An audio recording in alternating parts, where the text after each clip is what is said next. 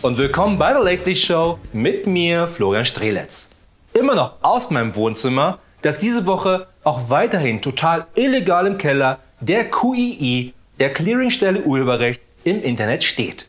QII-Bui, wie sie ihre Freunde nennen, oder wie Wladimir Putin sie nennt, viel zu kleiner Schritt zur Netzzensur.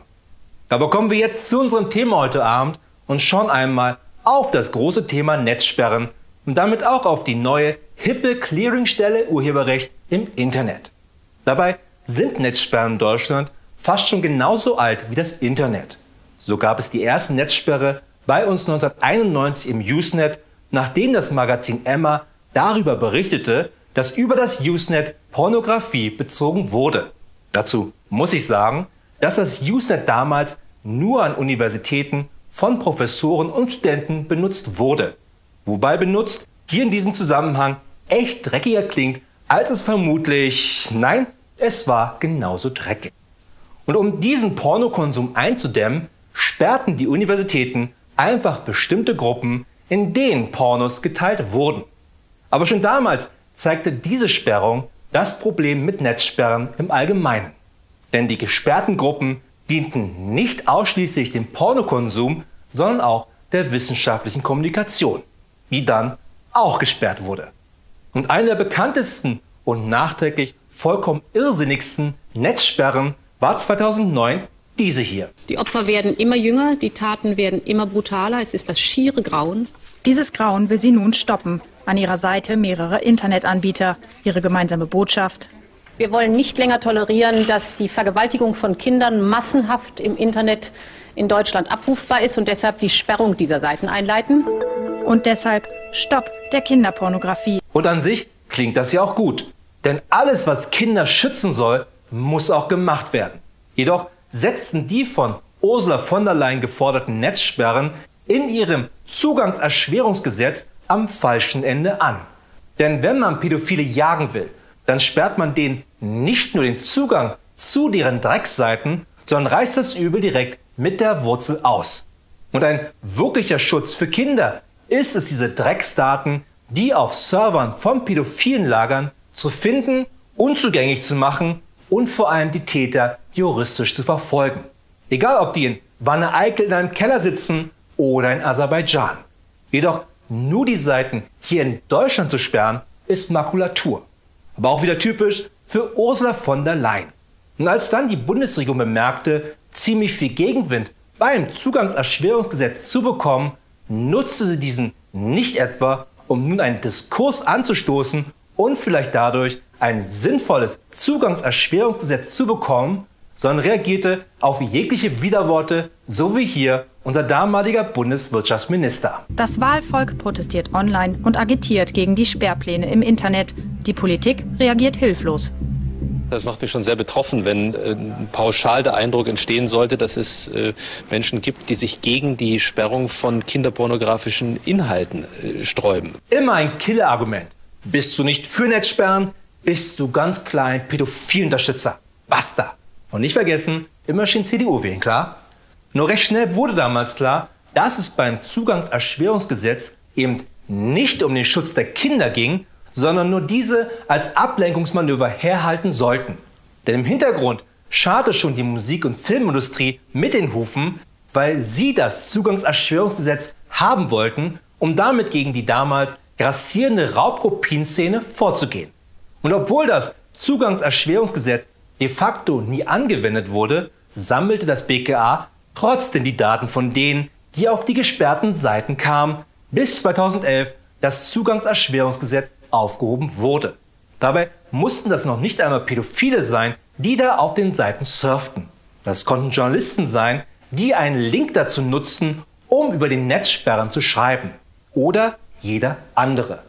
Zudem weiß bis heute niemand, was genau das BKA mit diesen Daten gemacht hat oder noch macht, weil es keine Instanz über den BKA gibt, das dies überwachte. Und natürlich wurden nur die Daten derer erhoben, die auf die Sperrseite gelangten. Nicht die Wichser, die trotzdem auf die Seiten zugreifen konnten. Denn eine Netzsperre hilft eben nicht gegen Illegales im Netz, weil diese Sperre ziemlich einfach umgangen werden kann. Dabei wird dem Server einfach ein anderer Name gegeben. Die Adresse, die man dann eingibt, verweist auf einen anderen Server, einen freien Server. Freie Serveradressen ohne lokale Sperren suchen die User einfach im Internet. Jeder, der googeln kann, findet auch eine Anweisung, wie Sperren verschwinden. Und so einfach wären wir dann eigentlich schon wieder vorbei. Das heißt, wie lange braucht man? In etwa 20-30 Sekunden und man ist effektiv an der Sperre vorbei. Und wichtig dabei ist, dass man das Ganze mit einer Matrix-mäßigen Musik unterlegt, die aber GEMA-frei sein muss und deshalb noch beschissener klingt. Okay, ich hätte mir jetzt noch ein paar krasse Hacker-Einstellungen gewünscht, wie zum Beispiel, dass die beiden ihre Notebooks synchron aufklappen, ausgetrunkene Red Bull-Dosen in den Mülleimer werfen, kryptische Zeilen in ein Programm eintippen und immer wieder von einem Proxy reden und damit nicht Proxy-Page meinen. Nur das zeigt eben, wie sinnlos eine Netzsperre ist. Egal ob, wie gesehen, 2009 oder auch heute. Denn das eigentliche Problem, das man ja erhofft hat, mit einer simplen Netzsperre zu beheben, sind die Daten, die online gestellt werden. Und eben nicht der Zugang zu den Daten. Und obwohl das mittlerweile bekannt ist, versucht die Musik- und Filmindustrie es trotzdem immer wieder mit Netzsperren. Das Problem? Anbieter von Raubkopien kann man strafrechtlich kaum verfolgen. Ihre Server befinden sich meist irgendwo im Ausland. Der Bundesrat will daher die Internetprovider in die Pflicht nehmen. Obwohl die Nutzung solcher Angebote nicht verboten ist, sollen die Provider den Zugang dazu sperren. Das ist ein Problem, das eine Netzsperre eben nicht behebt. Zudem war es jahrelang ein regelrechter Wettkampf im Internet, wer schneller ist. Kino- oder Raubkopienseite.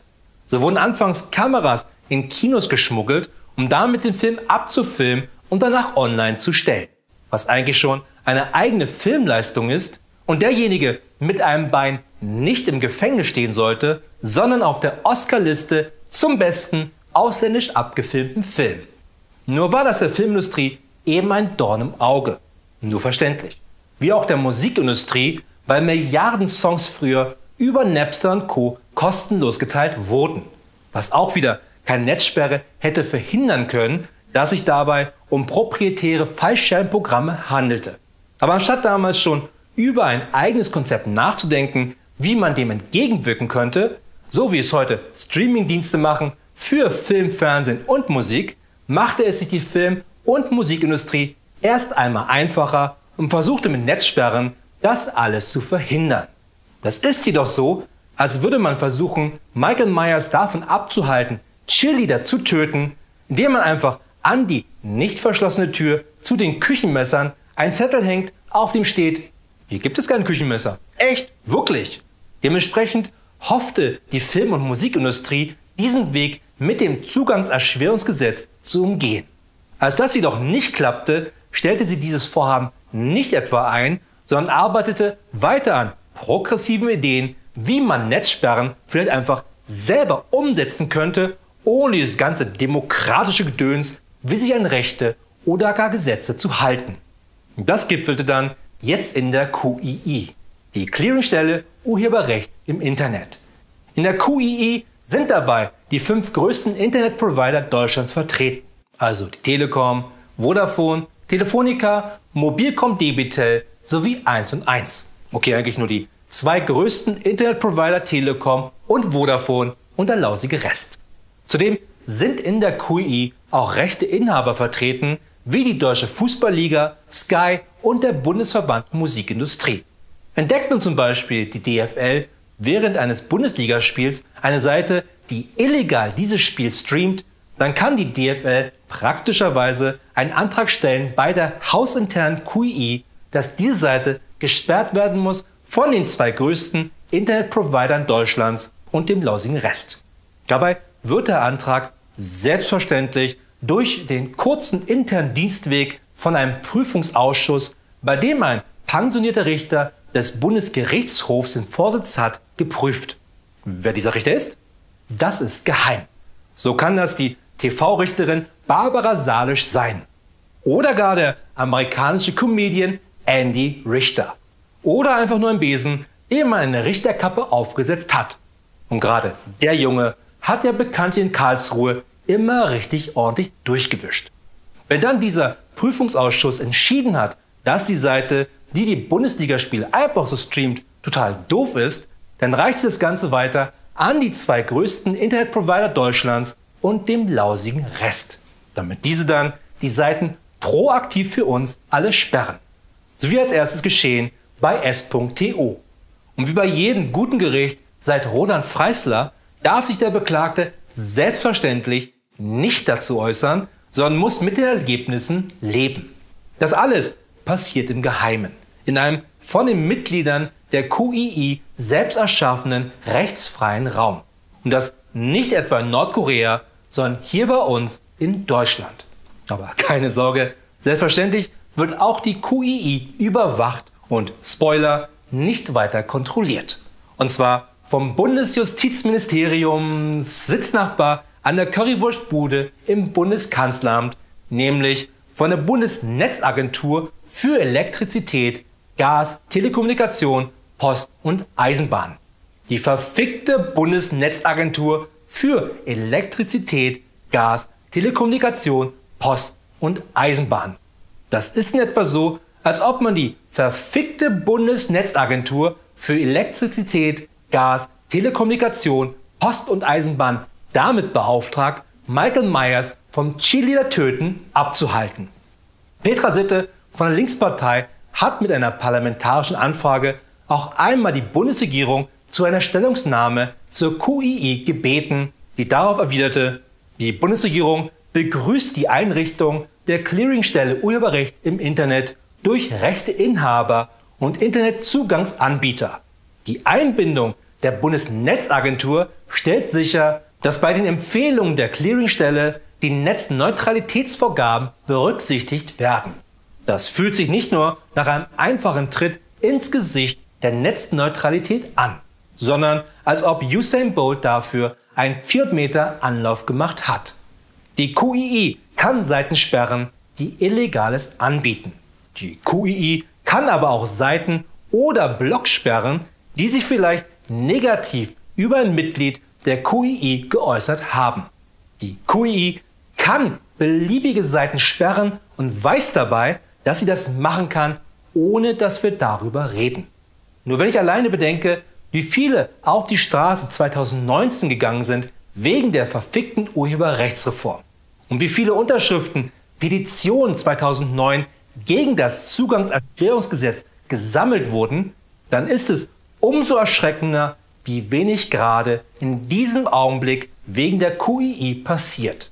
Denn es wirkt so, als hätte uns die QII den Regeln des Fight Clubs unterworfen. Netterweise, ohne uns groß vorher zu fragen. Aber Fragen ist ja auch nicht deren Stärke, oder?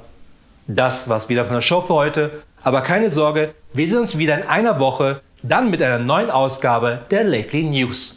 Bis dahin eine gute Nacht und viel Glück da draußen.